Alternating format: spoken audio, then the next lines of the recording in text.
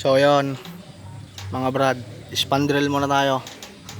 Ito mga gamit natin, blind rivet, squala, riveter, saka yung barena.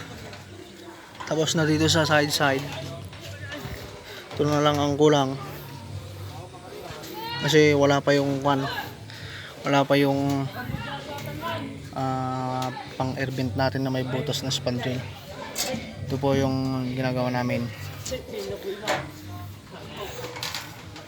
Ang pagkuhan po dito, pagsalpak, yung may clearance siya kahit 1 cm lang mga brad. Pagsuksok, pa-slanting. Ganito po pala ang paggunting. Guntingin natin dito para hindi siya mahirap suksok dyan sa whole angle, saka dito sa fascia. Ayan. Natin. Tignan natin itong grooves. Itong grooves na dito. Ito. Tulak natin ito pababa. Tapos tulak natin ba? Yun. Ganoon din sa kabila. Yun.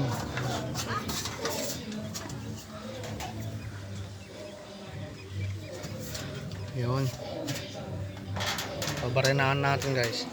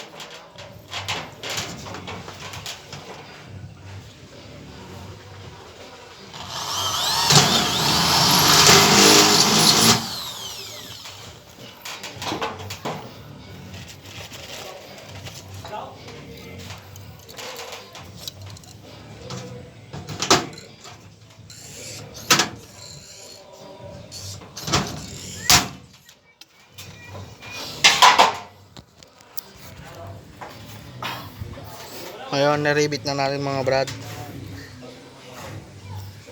Pasentrohan natin yung gaya nyan para mas magandang tignan sa baba.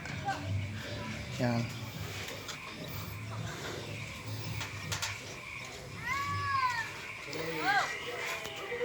So yun mga master, ganito lang po ang pagkakabit. Easy lang po, spandrel, madali lang po.